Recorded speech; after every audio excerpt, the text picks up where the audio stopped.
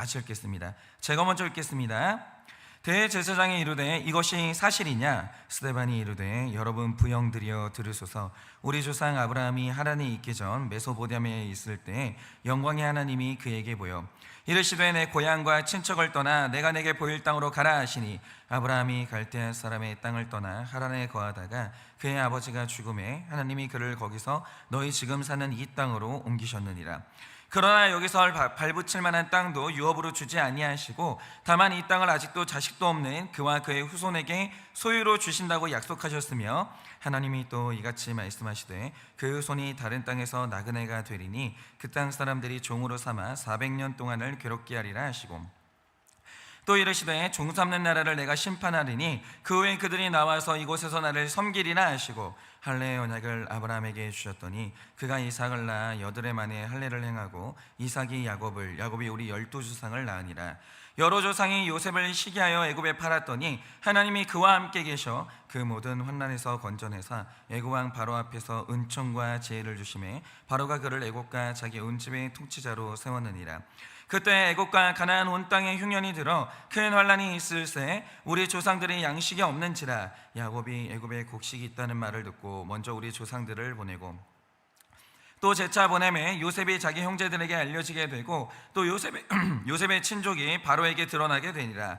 요셉이 사람을 보내어 그의 아버지 야곱과 온 친족 75사람을 청하였더니 야곱이 애굽으로 내려가 자기와 우리 조상들이 거기서 죽고 다 같이 읽겠습니다. 세겜으로 옮겨져 아브라함이 세겜 하몰의 자손에게서 은으로 값주고 산 무덤에 장사되니라. 아멘. 네, 우리 전수사님 나오셔서 말씀 전하실 때 큰 은혜 받으시기 바랍니다.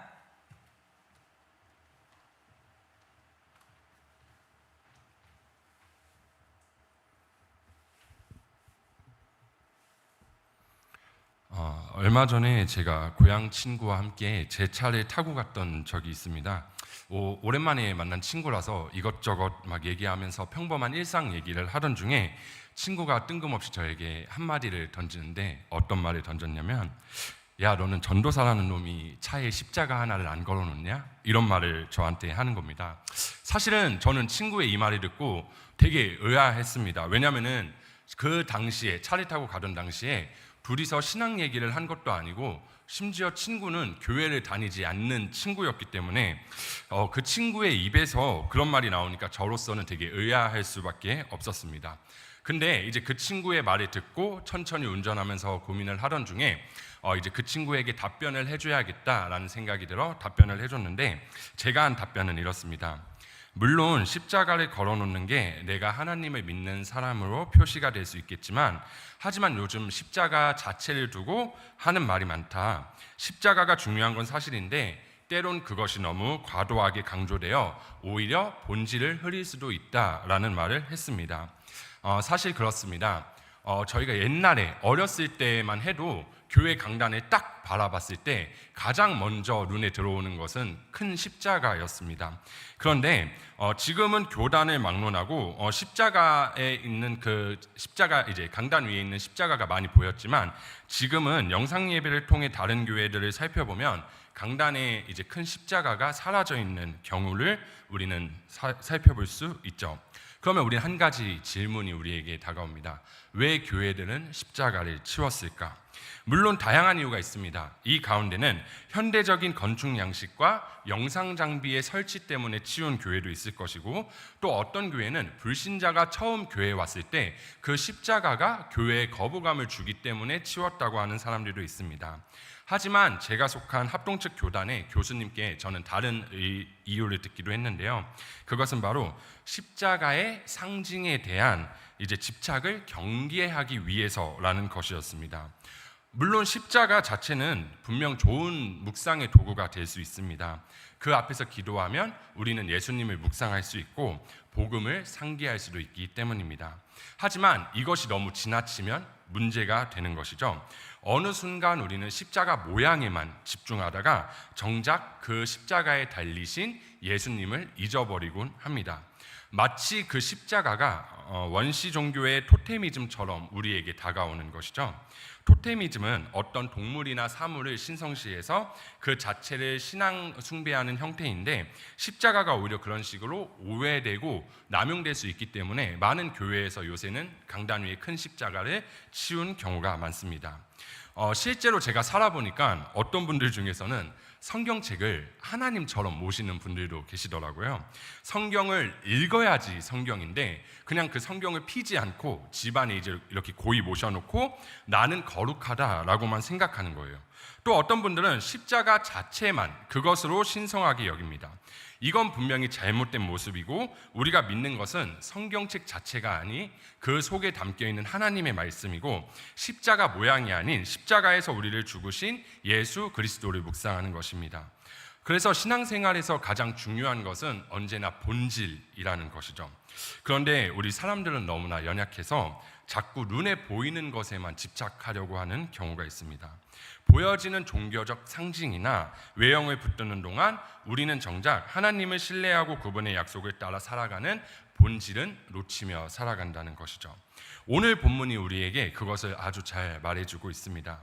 사도행전 7장은 우리가 잘 알듯이 스데반의 설교가 나오는 본문인데, 어제 본문 6장을 보면은 이제 스데반이 잡히게 됩니다.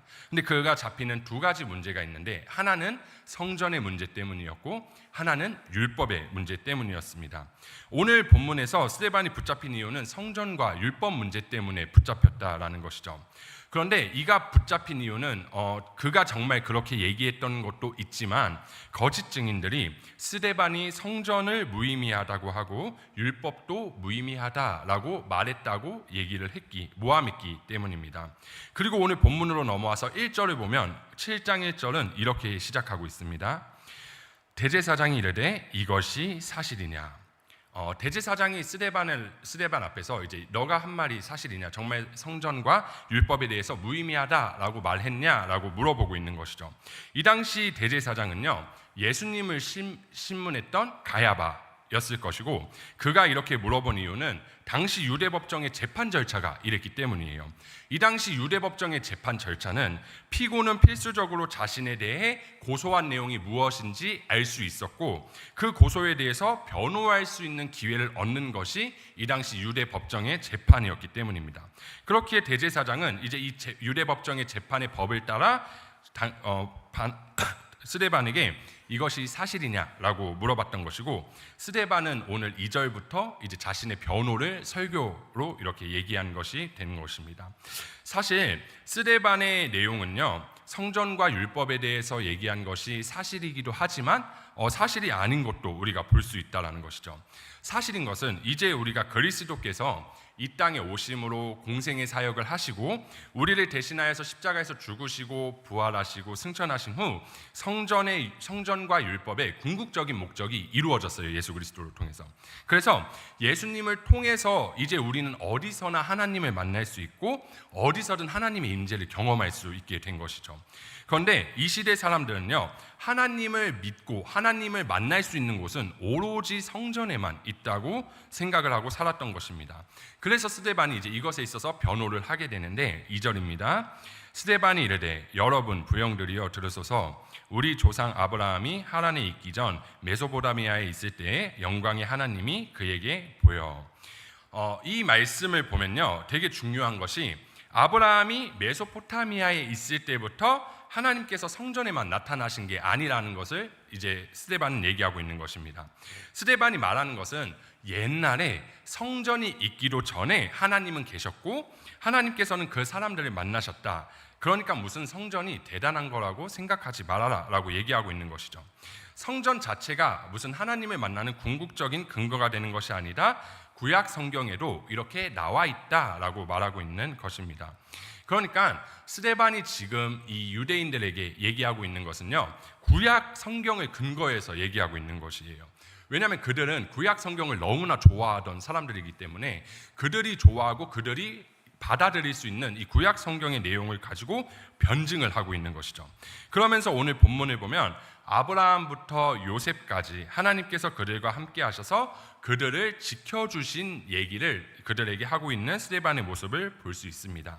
2절부터 7절까지는 하나님께서 갈대아 우르 약속의 땅 밖에서 아브라함을 부르셨고, 그리고 아브라함에게 약속하시며 그 약속의 표로 할례를 받게 하신 것에 대해서 얘기를 하고, 8절에는 할례를 통해 언약을 이제 혈통과 제도로만 이어지는 것이 아니라 하나님의 약속 속에서 진행되는 것을 얘기하고 있고, 9절부터 16절까지는 요셉의 이야기를 통해서 애굽에서도 함께 하시는 하나님을 통해 하나님은 언제나 성전 안에만 계셨던 것이 아니라 하나님의 백성과 함께했던 분이심을 그들에게 얘기하고 있습니다. 그러면서 9절부터 16절까지의 요셉의 이야기는 바나바의 반유대적인 변증의 특징을 우리에게 보여주기도 합니다. 이 변증은 예수님을 메시아로 인정하기를 거부하는 유대인들의 거부가 이 민족 역사 초기부터 하나님이 보내신 여러 사자들에 대해 그들이 보인 태도와 완전히 같았다라는 주장입니다. 즉, 요셉의 형들은 요셉이 그들을 위해 하나님이 예정하신 구원자였음에도 불구하고 그를 미워했고, 하나님이 정하신 또 다른 구원자인 모세 또한 그의 백성들에게 여러 번 거부당했던 것처럼 예수 그리스도도 구원의 메시지를 받은 사람들의 손에 의해 넘겨져 죽임을 당한 것을 설교를 통해서 얘기하고 있는 것이죠. 이런 스데반의 설교는 아브라함과 요셉의 이야기는 하나님이 어디에 있는지가 중요한 것이 아니라 하나님께서 우리와 함께 하시며 구원자를 알려주셨지만 그것을 깨닫지 못해 예수를 십자가에 못 박은 그들에게 본질의 중요성에 대해서 깨닫게 해주는 말씀이었던 것이죠.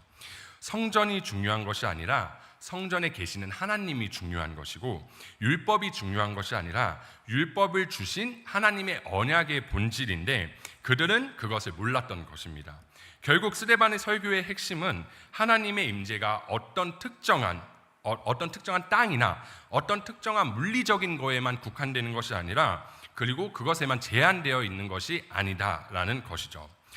그렇습니다. 우리는 신앙생활을 하면서 본질을 잃어버릴 때가 너무나 많습니다. 나는 교회에 열심히 오는데 내 삶은 언제나 고난이 가득하고 하나님의 임재가 느껴지지 않을 때가 너무나 많다라는 것이죠. 나는 교회도 열심히 나오고 기도도 열심히 하고 말씀도 열심히 읽는데 왜 나에게는 고난뿐이고 하나님이 느껴지지도 않는가? 성령님이 없는 것인가까지 우리는 생각하기도 합니다.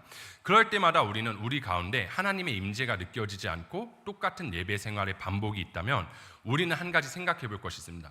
과연 나는 본질을 붙잡고 있는가? 많은 그리스도인들이 착각하는 것 중에 하나가, 나는 말씀을 읽는데, 나는 기도를 하는데, 나는 교회를 가는데 왜 내 삶은 변화가 없고 하나님의 사랑이 느껴지지 않는가라는 것입니다.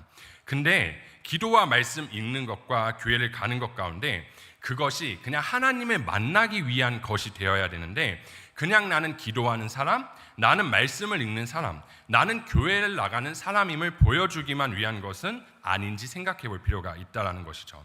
사실 아주 간단한 문제입니다. 본질만 있다면 말씀을 묵상하는 가운데, 기도하는 가운데, 교회에 와서 예배드리는 가운데 그 본질로 인해서 당연히 변화가 일어날 것이고 사랑은 당연히 느껴질 것인데, 우리가 의미 없는 묵상, 의미 없는 기도, 그 다음에 의미 없는 교회의 발걸음을 통해서 마치 십자가의 장식을 붙들고 정작 십자가의 주인이신 예수님은 이르면서 나는 십자가를 붙잡고 있다라고 말하는 것과 똑같다라는 것이죠. 어떤 사람들은 종교는 다 똑같다라고 얘기합니다. 하지만 기독교가 강조하는 것은요, 십자가의 모양도 성전의 건물도 아닌 예수 그리스도의 십자가 사건입니다.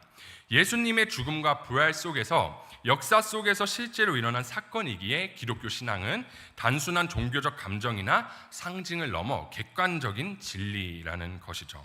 저는 목회자의 자녀로 자라 교회와 밀접하게 자라며 말씀 묵상과 기도를 접하면서 살았던 사람인데, 하지만 이런 제가 하나님을 정말 인격적으로 만났을 때는 23살 청년의 때였습니다.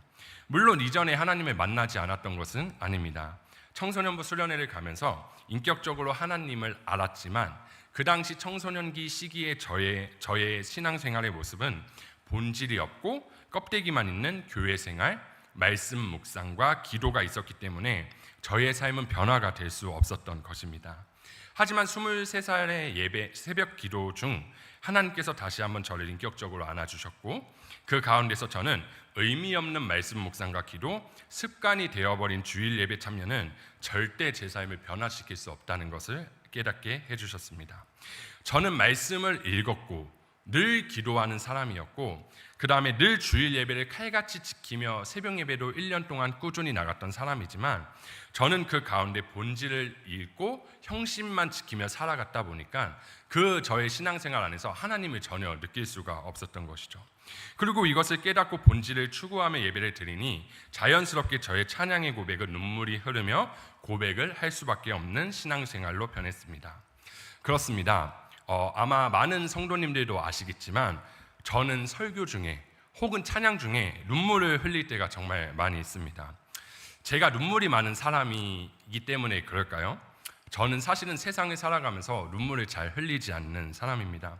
성도님들도 다 아시는 한국 드라마 폭삭 속가수다라는 드라마가 있는데, 이 드라마는 많은 한국인 시청자들을 울린 드라마입니다. 근데 저는 이 드라마를 처음부터 끝까지 다 봤지만 단 한 편도 눈물을 흘리지 않았습니다. 오죽하면 담임 목사님께서는 드라마를 보고 눈물을 흘리지 않는 저에게 이상하다고까지 말씀하실 정도로 저는 눈물이 없는 사람입니다. 그런데 이렇게 제가 눈물이 없는데, 제가 눈물을 흘릴 때는 말씀을 깊게 묵상하고 찬양의 가사를 통해서 주님을 묵상할 때만큼은 정말 한없는 눈물이 흐른다라는 것이죠.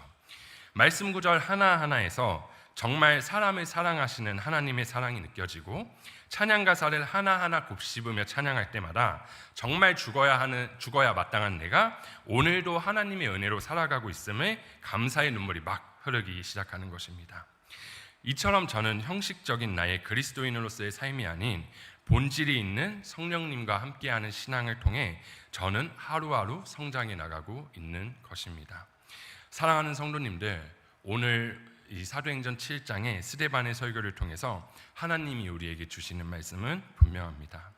우리가 신앙생활 하는 가운데 착각하는 것 중에 하나는 우리는 눈에 보이는 것 가운데 하나님을 알고 하나님과 동행한다라는 착각을 하고 살아간다라는 것이죠. 하지만 그것이 아닙니다. 이미 예수님의 죽으심과 부활로 인해서 우리에게 성령을 주셨고, 보이지 않는 성령님을 통해 우리는 우리가 있는 어디든 하나님과 함께할 수 있는 하나님의 은혜 안에 속한 자들이 되었습니다.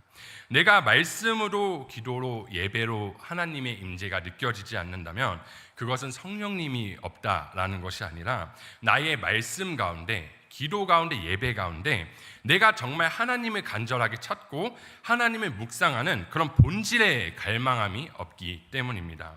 이 갈망이 있는 사람은 매일매일의 예배 생활 속에서, 매일매일의 기도 생활 속에서, 매일매일의 말씀 묵상, 큐티 속에서 그것으로 인해서 하나님의 말씀을 깨닫고 기뻐하고 눈물을 흘리고 사랑을 체험하는 그것의 경험이 있는 사람이 바로 본질을 찾는 사람이기 때문에, 그리고 그것을 저는 경험했기 때문에 저는 오늘 이 스데반의 말씀을 믿어 의심하지 않습니다.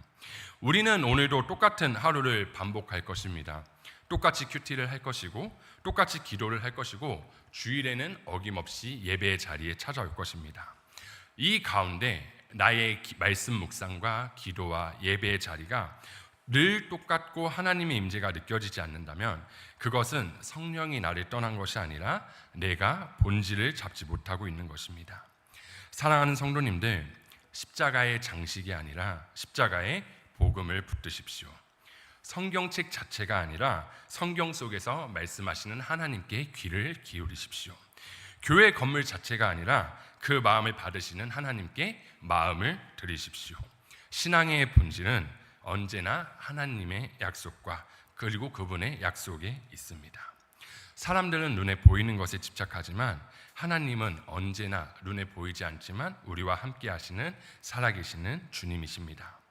스데반처럼, 아브라함처럼, 요셉처럼 보이는 것이 아니라 보이지 않는 하나님의 약속을 붙들며 이 시대의 잘못된 사람들처럼 나만의 기준을 세워 하나님을 판단하지 마시고 본질을 붙잡아 하나님의 크신 사랑과 크신 은혜를 경험하는 저와 여러분이 되기를 간절히 소망합니다. 기도하고 목사님께서 출도하시고 예배를 마치도록 하겠습니다. 기도하시겠습니다. 사랑해 주님, 감사합니다. 늘 똑같은 큐티를 하고 기도를 하고 예배 자리에 어김없이 나오는데 그 자리들이 한없이 똑같이 느껴지고 그 속에서 주님의 임재를 경험하지 못할 때가 너무나 많습니다. 하지만 주님, 그것은 성령이 우리 안에서 떠난 것이 아니라 우리가 그 말씀 묵상과 기도와 매주 나오는 그 예배의 자리 가운데 본질을 향해 가지 못하는 우리의 마음 안에 있습니다. 주님, 그렇습니다. 우리는 그 본질을 찾으면서 살아가야 되는데 사람들의 시선이 신경 쓰이고 그리고 사람들의 행동과 말투가 신경이 쓰입니다. 하지만 주님, 우리가 찾아야 되는 것은 정말 그 십자가의 모형이 아니라 말씀에 있는 성경책이 아니라 그 성경책 안에 있는 말씀을 찾고 그리고 십자가 안에 있는 그 예수 그리스도를 묵상함을 통하여서 우리의 신앙생활이 나아가길 원합니다. 주님, 나에게 눈물을 흘리지 않는 기도의 시간이 있다면 본질을 찾아 눈물을 흘리며 기도할 수 있게 하시고, 말씀을 사랑하지 못하고 그냥 의미 없이 읽고 있다면 정말 그 말씀 안에서 말씀하시는 하나님의 본질을 찾을 수 있게 하시고, 또한 예배 가운데 나의 감격이 없고 나의 마음 안에 변화가 없다면, 나의 삶 속에 변화가 없다면 그 예배 안에서 말씀하시는 하나님의 말씀을 찾고 그것을 경험하고 그것을 내 삶에 적용할 수 있도록 주님 인도하여 주시옵소서. 하루를 시작합니다. 의미 없는 신앙생활로 하루를 흘러가는 것이 아니라 정말 본질을 찾는 그 마음 가운데, 정말 본질을 갈망하는 그 마음 가운데 주님을 찾고 주님의 사랑을 경험하는 저와 여기 있는 우리 모두가 될 수 있도록 주님 은혜 위에 은혜를 부어 주시옵소서. 주님 사랑합니다. 이 사랑의 고백이 단순히 말로만이 아닌 마음으로서 주님께 이끌어져 가길 주님 인도하여 주시옵소서. 주님, 오늘 하루 마치는 시간까지 저희를 선하게 인도하여 주실 그 주님을 믿고 의지하오니 주님 오늘 하루 끝까지 인도하여 주시옵소서. 네, 감사드리며 귀하신 예수님 이름으로 기도드렸습니다. 아멘.